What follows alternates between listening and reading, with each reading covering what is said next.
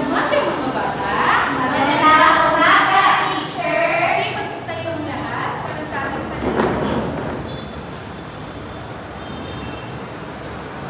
In the Father, Son, and Holy Spirit. Amen. Okay, bago ang lahat, huwag mo na mo si Tuko kasi mayroon tayong energizer. Hindi na ba kayo? Yes, teacher. Okay, magaling.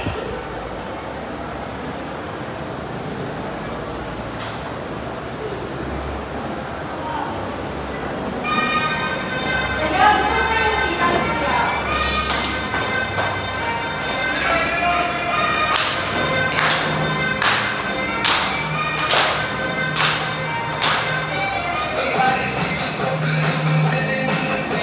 Okay, magaling.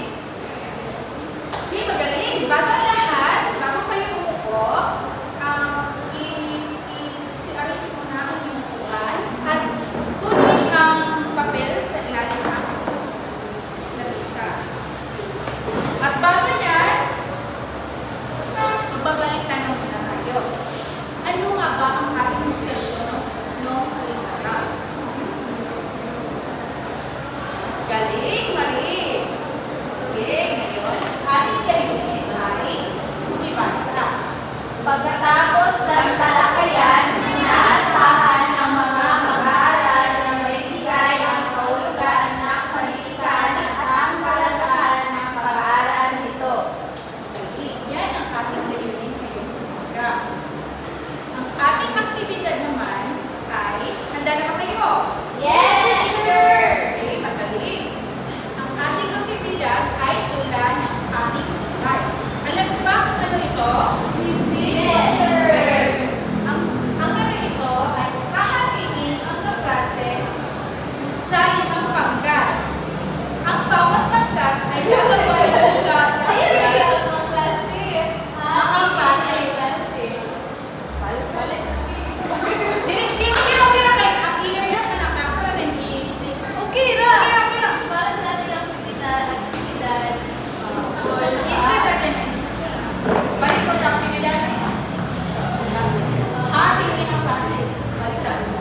Okay, ang aktibidad natin ngayon ay tulad ng aming buhay. Alam mo ba kung ano ito?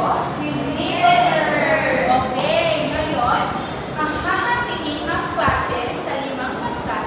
Ang bawat pangkat ay gagawan mula tungkol sa kanilang mapipiling tema, kagaya ng kaibigan, pamilya, at mahal sa buhay.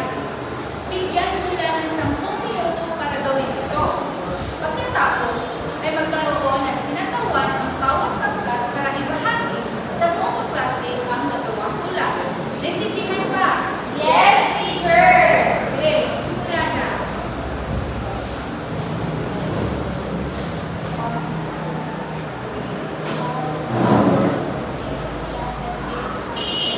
Okay, natapos na ba lahat?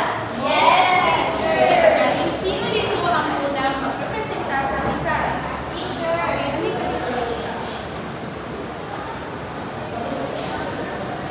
So, ang aming ginawa ng tula ay tungkol sa mahal sa buhay.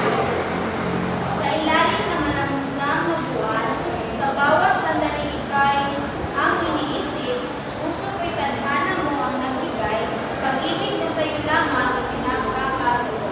Okay, magaling. Bigyan siya na